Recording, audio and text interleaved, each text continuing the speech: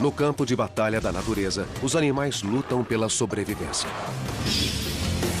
Esse conflito levou à evolução de uma arma extraordinária, que mudou para sempre as regras do combate entre predadores e presas. É uma das mais fantásticas conquistas da evolução. Os olhos. Evolução. A história da sobrevivência.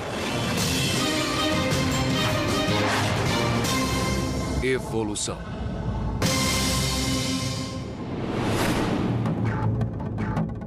O reino animal engloba milhões de espécies.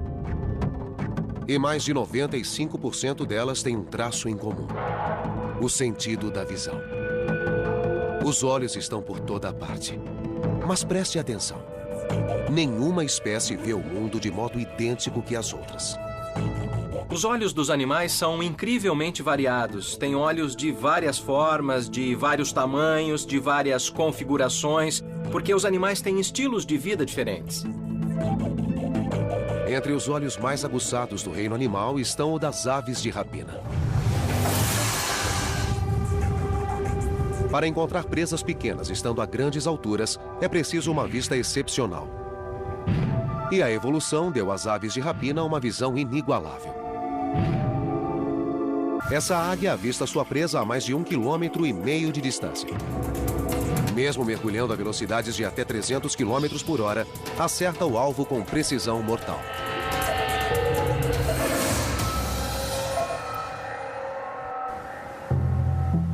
O segredo da eficiência da águia? A anatomia de seus olhos. Na maioria dos casos, quanto maiores os olhos do animal, mais nítida é sua visão. E os olhos da águia são enormes. As águias são 50 quilos mais leves que nós. Mas seus olhos pesam o mesmo que os nossos. E o tamanho é só o começo. O fundo do nosso olho tem 200 mil células fotossensíveis por milímetro quadrado. A da águia tem 1 milhão, o que proporciona uma resolução e imagem 5 vezes maior. O cristalino, mais plano, situa-se mais longe da retina que o nosso. O resultado?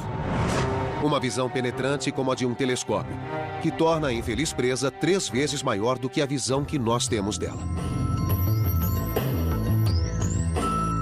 O que está por trás do surgimento de uma inovação tão notável? A evolução.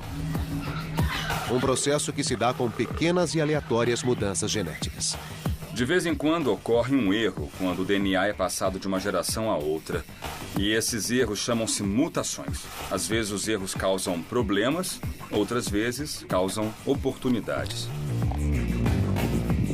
A seleção natural aprova as mutações que promovem a sobrevivência e a reprodução. As espécies que não conseguem se adaptar desaparecem. 99% de todas as espécies já se extinguiram com o passar do tempo. As restantes sobreviveram graças a mutações que lhes deram características especiais. A águia desenvolveu olhos entre os mais eficientes da natureza. Mas muitos outros tipos de olhos foram evoluindo com o tempo. Os olhos dos animais são um excelente exemplo de evolução convergente. Os olhos de todos os diferentes animais que existem hoje no planeta não evoluíram a partir de um mesmo olho ancestral, não. Os olhos evoluíram numerosas vezes em diferentes linhagens. O notável é que a evolução usou os mesmos genes básicos para formar os olhos de criaturas tão diferentes quanto moscas, lulas e seres humanos. Pesquisas apontam uma origem para esses elementos básicos da visão há 600 milhões de anos. Os oceanos eram calmos. Não havia predadores gigantescos para enfrentar, criaturas armadas e prontas para o combate. A vida marinha era simples. Os animais tinham 2 tamanhos: pequeno e super pequeno. Eram macios, com pouca proteção. E tinham uma só velocidade: lenta. Mas foi então que um grupo de criaturas deu um passo dramático em direção à visão. Esses pioneiros estão extintos há muito tempo. Mas uma das mais antigas linhagens existentes que ainda nadam nos oceanos permite vislumbrar o passado. A medusa. Os biólogos Alex Goodell e Chad Widmer, do Aquário da Baía de Monterey, procuram um exemplar para testes Vai pegar.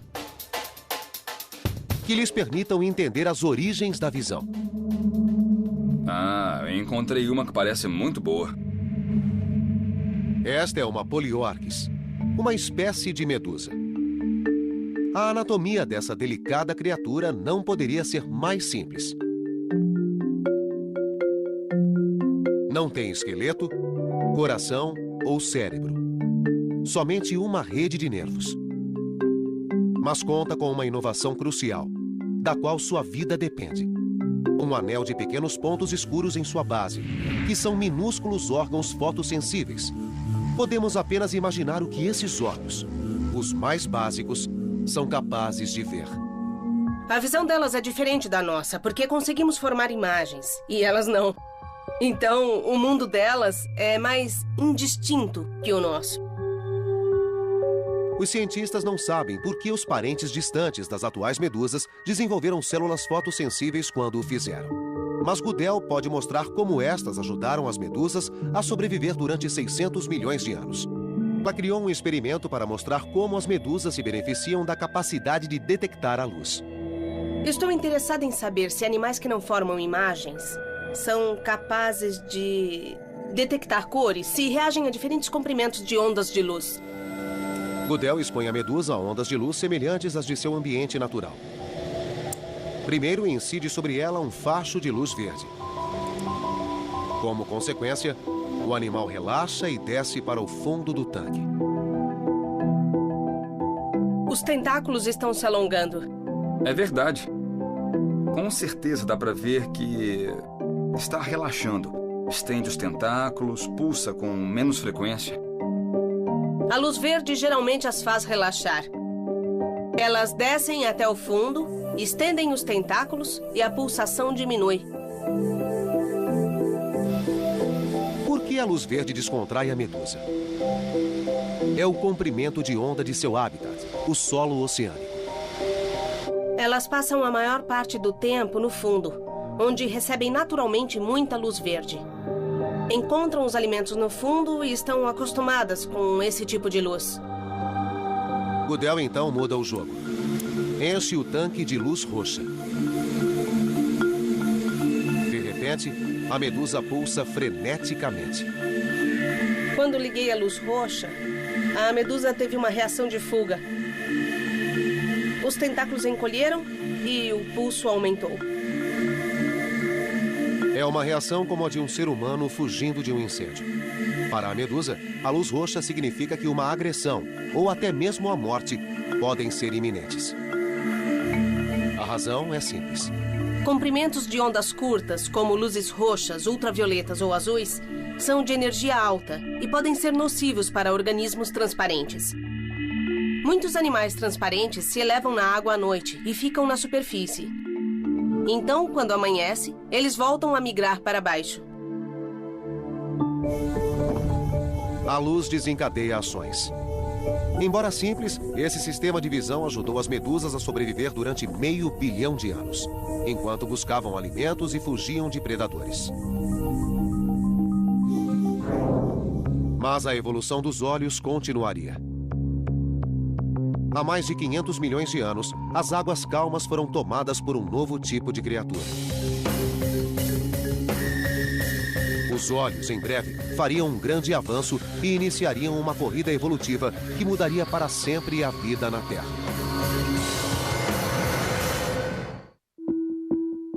A aurora da Era Cambriana, há 544 milhões de anos.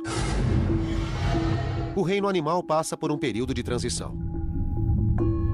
Os primeiros animais eram criaturas simples e passivas, vagando nas correntezas ou ancorados ao solo marítimo. Mas no curso de 50 milhões de anos, muito iria mudar.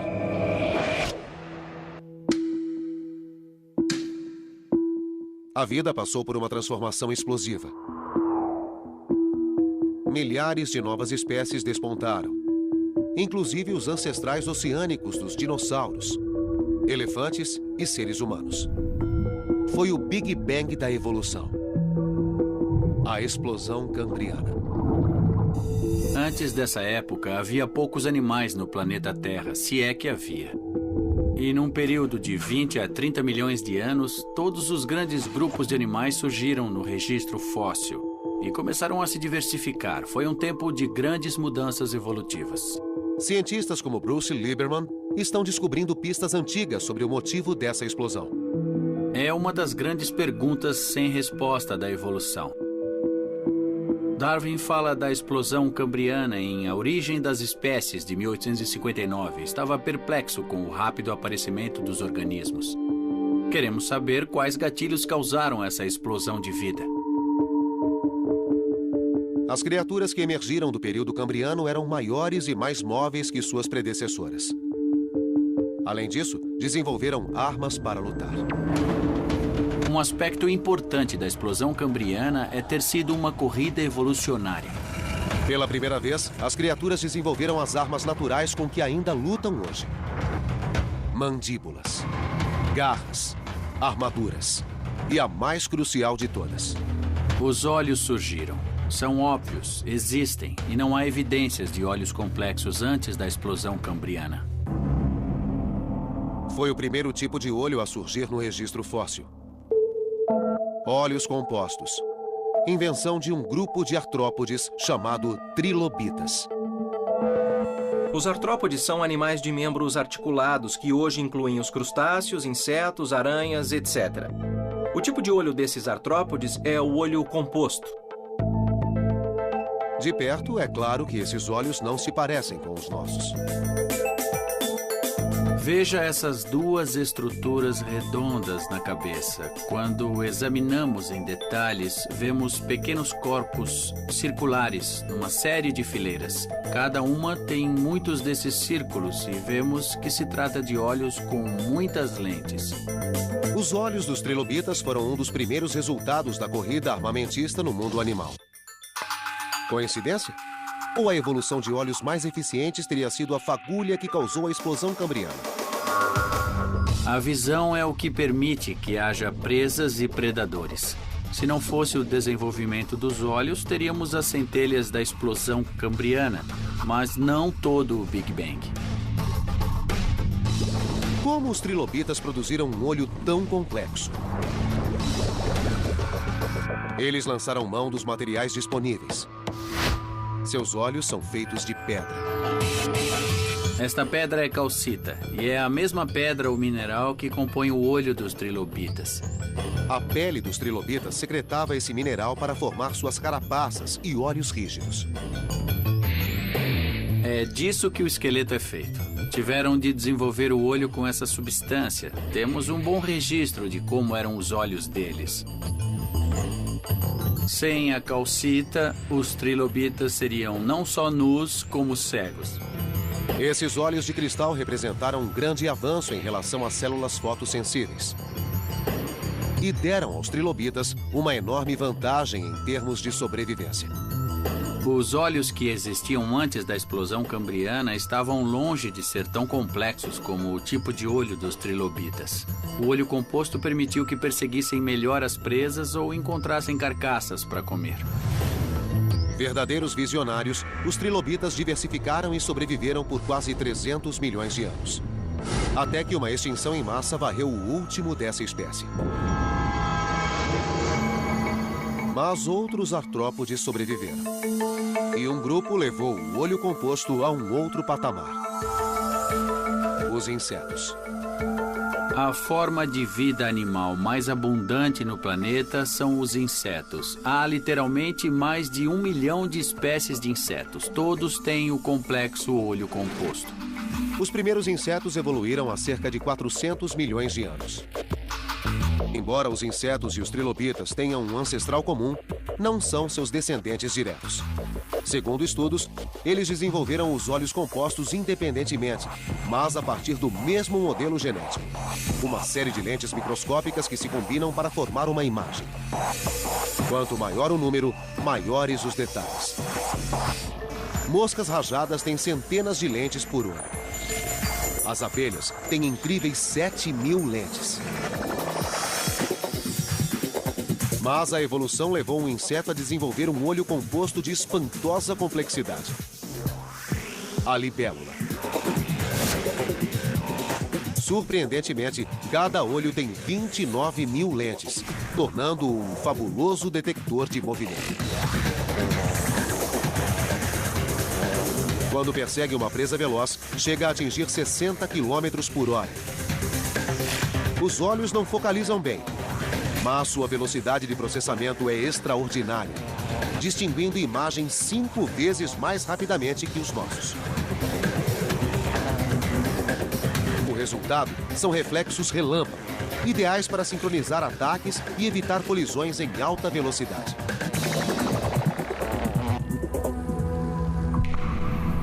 O sucesso dos insetos tornou o olho composto o mais predominante na natureza. Mas não foi o único sistema de visão que emergiu da explosão cambriana.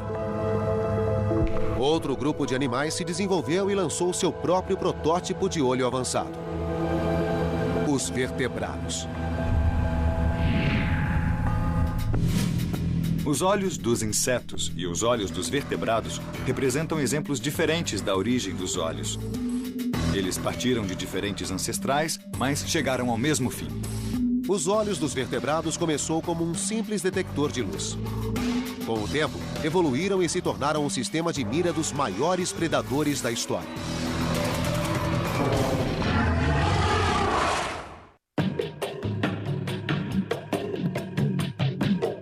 Dentre as criaturas da Terra, muitas têm olhos semelhantes aos dos seres humanos. De fato, um tipo de olho possibilita a visão de todos os vertebrados. O olho vertebrado é uma câmara com apenas uma lente, feita de tecido mole. Entre os vertebrados estão répteis, mamíferos e aves. E todos têm o mesmo ancestral. Um animal primitivo e alongado que viveu durante a época da explosão cambriana. Como os olhos rudimentares dessa criatura se tornaram os olhos complexos com que enxergamos, fascinam os cientistas desde Darwin. O olho vertebrado é o ícone da evolução. Os detratores de Darwin o usavam como exemplo de um traço tão incrivelmente complicado e que tão obviamente seria uma máquina que era a marca de um criador inteligente.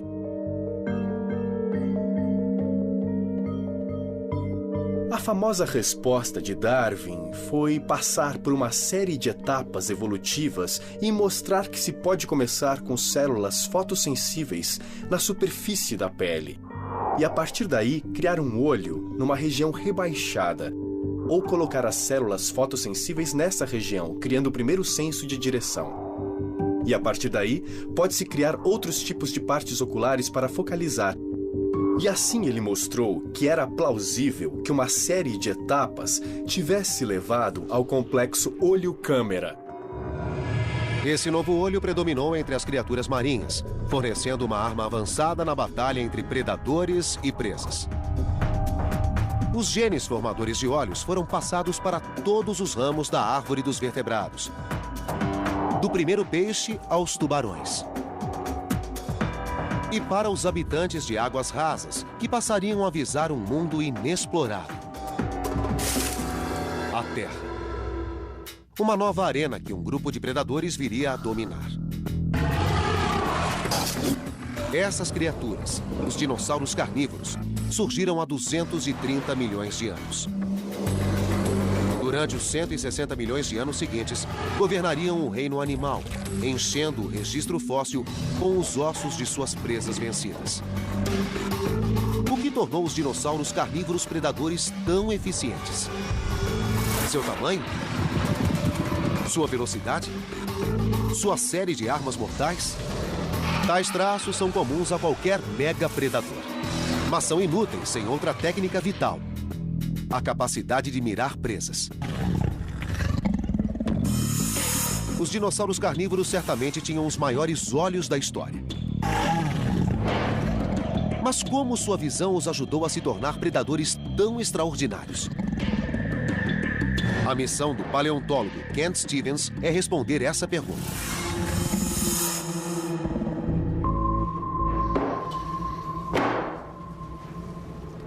É interessante saber como era ser um dinossauro. Que tipo de visão ele tinha? Como usava os olhos? Mas havia um grande obstáculo. Ao contrário dos ossos, os olhos dos dinossauros não suportaram a passagem do tempo. É preciso preencher as lacunas porque o tecido do globo ocular nunca é preservado.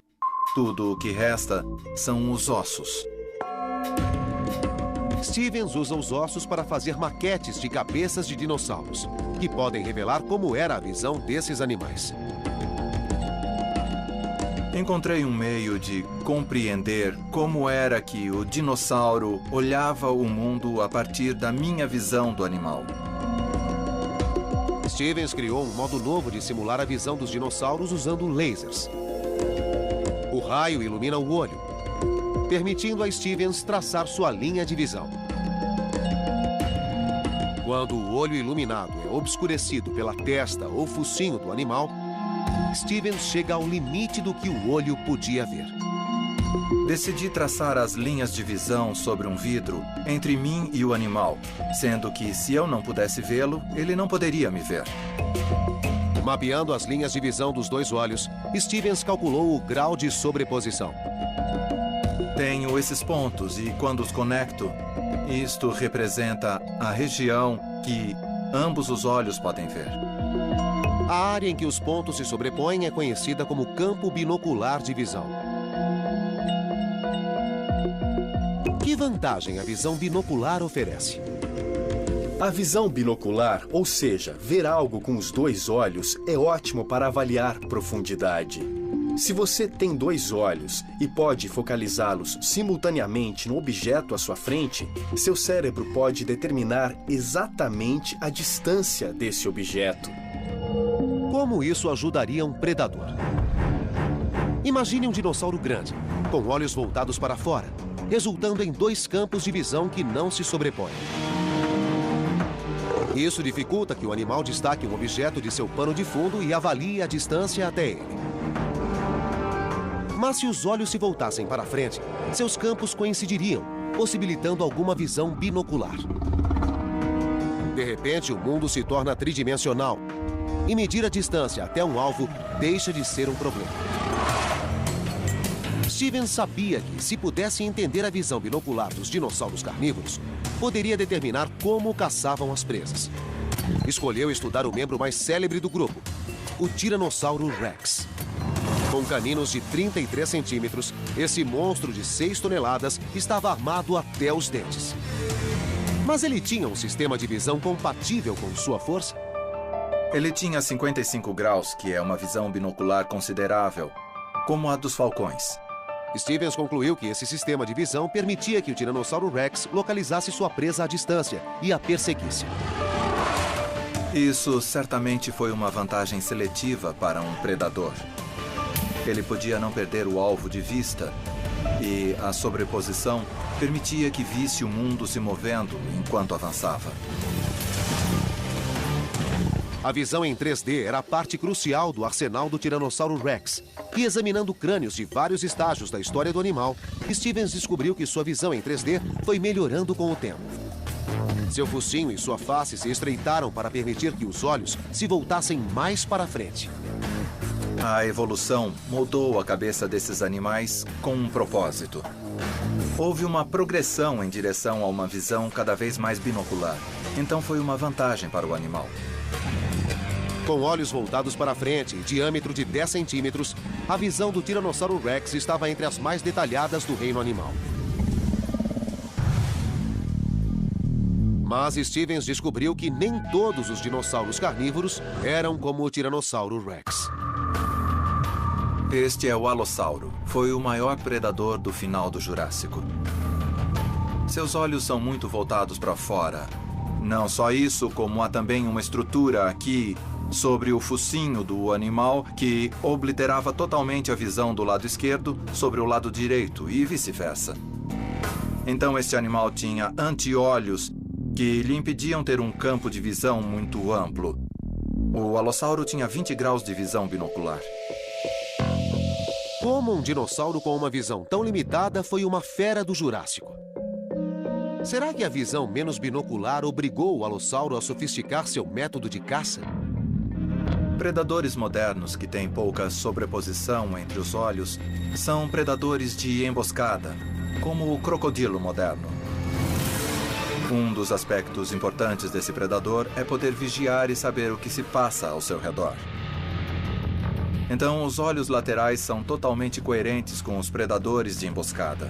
Eles esperam que as presas cheguem até eles e precisam avaliar qual é o momento certo de atacar e abater a presa.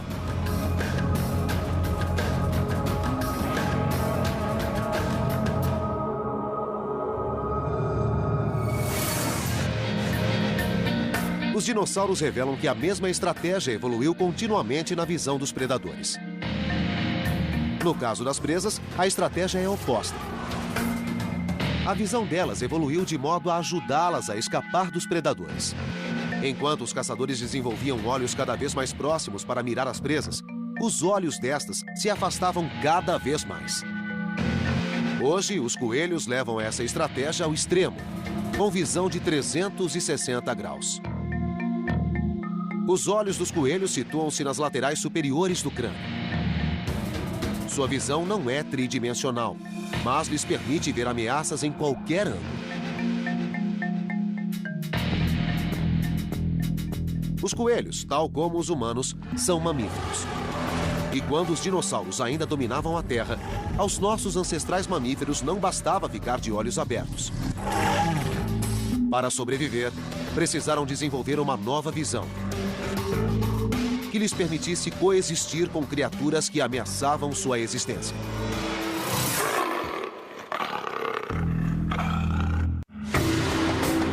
Há 100 milhões de anos, os dinossauros dominavam a Terra.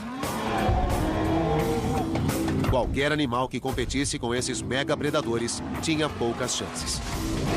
Principalmente os recém-chegados à evolução, os primeiros mamíferos da Terra. Eram animais não muito maiores que ratos. Na época dos dinossauros, havia também mamíferos, mas eles eram muito pequenos, caberiam na palma da mão e só queriam ficar fora do caminho dos dinossauros. Para os mamíferos, a opção era correr ou ser esmagado. Essas pequenas criaturas se adaptaram a um nicho ainda não explorado: a noite.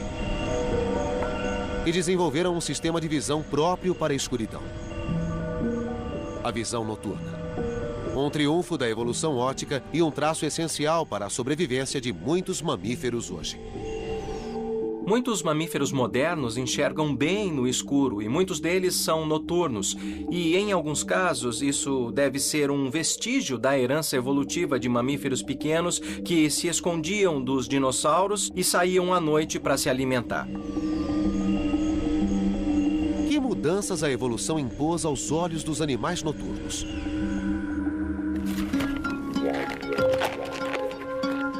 É uma pergunta que Chris Kirk tenta responder. Eu sempre digo que era de se esperar que alguém no século XVIII tivesse coletado globos oculares, mas, para minha surpresa, quando comecei a procurar dados sobre a anatomia do olho, havia muito pouco publicado, então passei 1 ano e meio coletando olhos. Kirk usa sua extensa coleção de olhos para estudar o mecanismo da visão noturna. Colocando os globos oculares lado a lado, ele os compara e percebe como sua anatomia evoluiu para enfrentar as trevas. Qual a diferença entre os olhos de um macaco diurno, o mico, e de um animal noturno, como o lêmur e anão? É o tamanho das córneas. A córnea é a proteção do olho. Fixa o limite de quanta luz o olho pode receber. A córnea é uma membrana curva que ajuda a focalizar um objeto e conduz a luz até a pupila. A luz atinge a retina, onde é convertida em impulsos elétricos que são transmitidos ao cérebro pelo nervo óptico. Esse complexo processo se dá num piscar de olhos.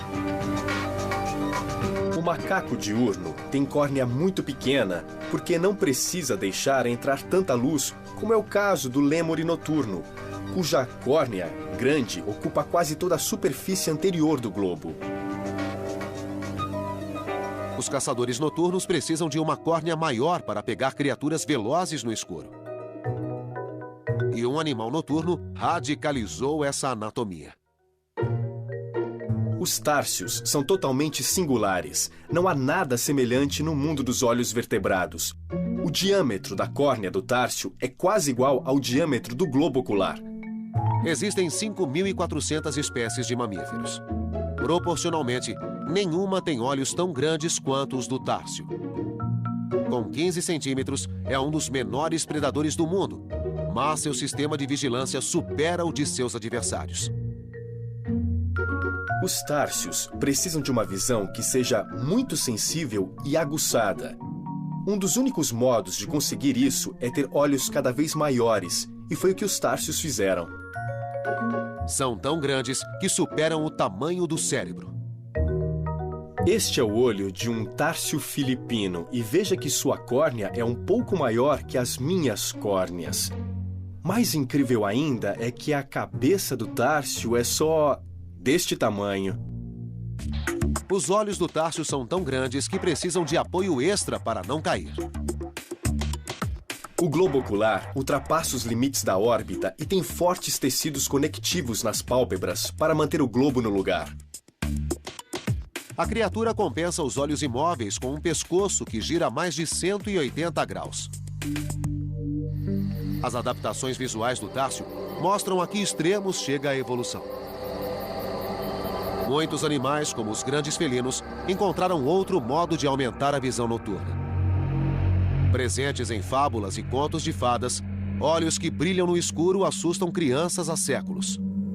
Mas o que é um pesadelo para alguns, para outros é uma dádiva da evolução. Eles nos enxergam muito bem, muito melhor do que nós os vemos. Com certeza. Se um deles nos perseguisse, nem notaríamos sua presença. Mesmo sem luz, eles sabem quando e quem está vindo. A função dos olhos brilhantes vai além de assustar. Essa adaptação tornou os felinos excepcionais caçadores noturnos. Esses animais são muito ativos à noite e nós podemos ouvir os barulhos que fazem, em especial o leão, que começa a rugir a essa hora. Oi, Kiki.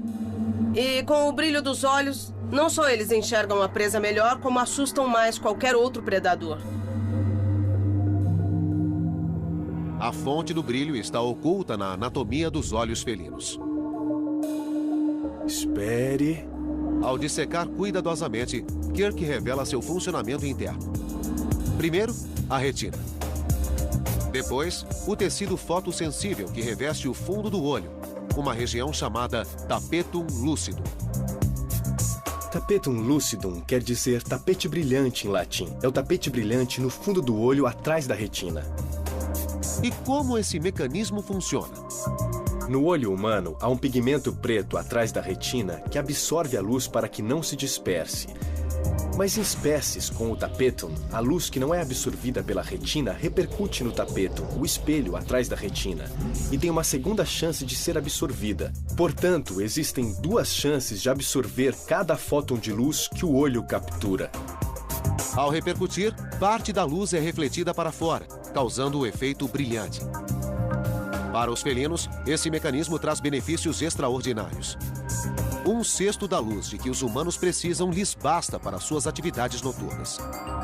Acho que o tapetum é uma adaptação maravilhosa. Foi uma solução muito elegante para um problema biológico muito objetivo. E colocar um espelho atrás da retina para aumentar a sensibilidade é muito simples. Os felinos não foram os únicos mamíferos a desenvolver soluções engenhosas para enxergar à noite. Outras espécies chegariam ao mesmo resultado, de modo totalmente independente.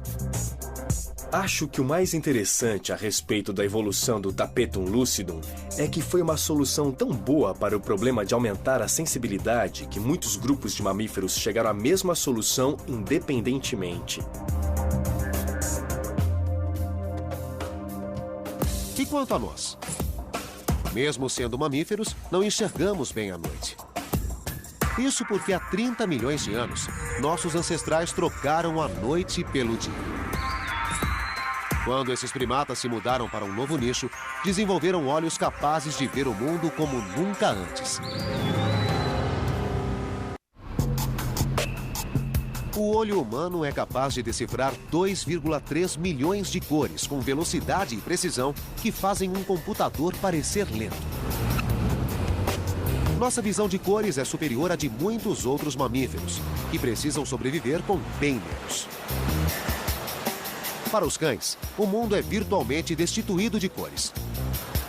Apenas um pequeno número de espécies, incluindo nossos parentes primatas, são capazes de ver uma gama completa de amarelos, azuis, verdes e, mais importante, vermelhos.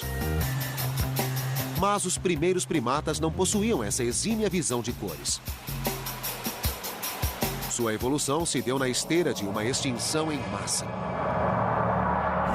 66 milhões de anos atrás, um asteroide gigantesco causou a extinção dos dinossauros não aviários e abriu caminho para o surgimento dos mamíferos. Depois do fim dos dinossauros, os mamíferos se espalharam. De repente começaram a se diversificar. E um grupo de mamíferos, os primatas, foram direto para as árvores. Quando foram para o alto das florestas, os primatas se tornaram uma nova espécie. Uma das linhagens passou a ser diurna. Os ancestrais dos atuais macacos e humanos. E seus olhos passaram por uma nova adaptação inexistente nas espécies anteriores. A expansão da visão das cores. Uma gama padrão de cores, que consistia de azuis e verdes, passaram a incluir vermelhos.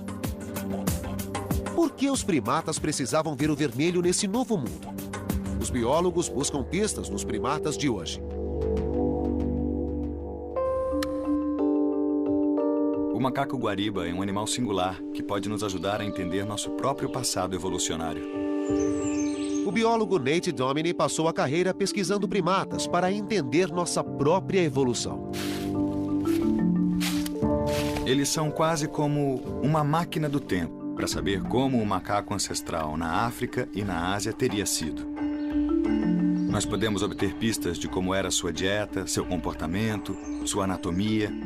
E esse animal ancestral foi quem deu origem a todos os macacos posteriores e depois aos humanos. Domini queria saber por que a seleção natural favoreceu uma melhor visão de cores em nossos ancestrais. O que eles ganharam conseguindo ver a cor vermelha? Domini passou um ano estudando primatas em seus hábitats naturais. Minha pesquisa de doutorado incluiu ir para a África estudar macacos com diferentes dietas e chimpanzés para saber se havia algum alimento comum ao qual todos eles recorreram e que podia explicar por que esses macacos tinham uma visão de cores muito semelhante. Domini percorreu a floresta em busca de amostras para testes, esperando coletar folhas com as quais os macacos se alimentavam. Mas havia um problema. Ele não alcançava o que os macacos comiam. É difícil na floresta tropical. Quando um animal está no alto de uma árvore comendo algo e você quer uma amostra, não é muito fácil conseguir. Como não tinha outra escolha, ele adotou uma arma. Usamos um robusto estilingue panamenho para disparar pedrinhas nas copas e derrubar folhas. É um bom modo de coletar amostras dos alimentos dos primatas. Após coletar e guardar as amostras, Domini começou o verdadeiro trabalho. Usando um instrumento chamado espectrômetro, ele registrou a cor de cada folha que recolheu. Está vendo esse pico aqui no espectro verde? Isso indica que a folha é verde.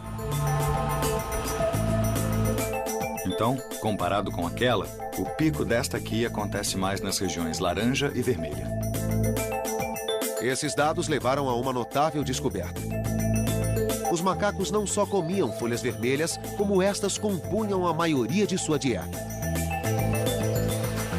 E quanto mais vermelha a folha, mais jovem e mais nutritiva. As folhas velhas e maduras são verdes, duras, cheias de toxinas. São folhas que é melhor evitar. Então, os primatas em geral procuram sempre as folhas que são mais jovens. E se essas folhas jovens também tiverem uma cor que as distingua das folhas maduras, então é vantajoso desenvolver um mecanismo que detecte as folhas mais jovens. Para os primatas, o vermelho não era apenas mais uma cor. Era uma baliza. Um meio de orientação que lhes permitia localizar o melhor alimento à distância. Quando vê folhas vermelhas no alto das árvores, ele sabe que são jovens. E assim, pode poupar energia e tempo e ir diretamente até essas folhas, em vez de procurar aleatoriamente pelo ambiente. Uma melhor visão das cores. Uma estratégia evolutiva que os cientistas descobriram ser apenas uma entre muitas. Os primatas logo se beneficiariam de outra adaptação crucial: a visão binocular. É um traço que os predadores já haviam desenvolvido. Mas, para os primatas, serviria a um novo propósito. Os primatas têm olhos na frente da cabeça, mas não são predadores. A vantagem de ter dois olhos voltados para a mesma direção é a percepção de profundidade. Para pular de uma árvore para outra árvore, é bom ter uma boa noção de profundidade. Com o tempo, os primatas desenvolveram um campo binocular de visão de 60 graus, como o das aves de rapina. Esse salto evolucionário permitiu que os primatas explorassem a coordenação mão-olho. Mas a maior visão binocular teve um preço. Ao contrário dos coelhos, os primatas passaram a ter um campo de visão limitado. A maioria dos animais tem olhos nas laterais da cabeça. Ou seja, os olhos estão no lado da cabeça, o que lhes fornece uma visão panorâmica e é muito útil para detectar predadores que podem chegar por trás. Então, acaba sendo prejudicial ter os olhos na frente, mas a vantagem é a maior noção de profundidade, a maior acuidade visual. Quando os primatas abandonaram o sistema de visão que os protegia, as aves de rapina logo aproveitaram. Mergulhando do céu e colhendo primatas das copas das árvores, essas aves eram uma ameaça considerável. Segundo as evidências encontradas em fósseis, as aves de rapina exercem algum tipo de pressão seletiva sobre os primatas, desde que existem primatas e aves de rapina. Os primatas eram um alvo fácil para os predadores alados. Ameaçados, eles desenvolveram um novo tipo de comportamento: viver em sociedade.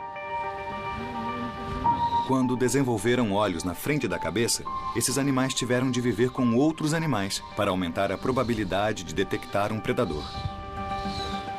Viver em grupo foi a resposta que os primatas deram aos predadores. Permitiu-lhes manter o alto grau de visão binocular sem sacrificar a segurança. Estar atento em prol da comunidade teve um efeito colateral evolutivo: cérebros maiores e mais capazes. Surgiu a vida em grupo. E quando isso aconteceu, houve grande pressão seletiva. A evolução gerou cérebros maiores, porque era preciso lembrar de mais indivíduos. Os fósseis mostram como o sistema visual dos primatas evoluiu com o tempo. A órbita dos olhos e o nervo óptico se ampliaram com o aumento do tamanho do cérebro. Os primatas exigiram muito dos olhos, da visão cromática até o aumento da visão binocular. Tornaram-se extremamente sensíveis às menores mudanças de expressão no rosto de outros primatas. E essa necessidade de processamento visual levou ao desenvolvimento da inteligência. Então, nós podemos ver que estes processos, como viver em grupo, ter cérebro maior, evitar predadores, formaram as características que definem a ordem primata a qual pertencemos. Um órgão complexo e misterioso, que move a evolução há mais de 500 milhões de anos e estimula uma eterna competição entre predadores e presas. E se tornou um componente indispensável para milhões de espécies. o homem. Um motor da evolução e uma de suas grandes obras-primas.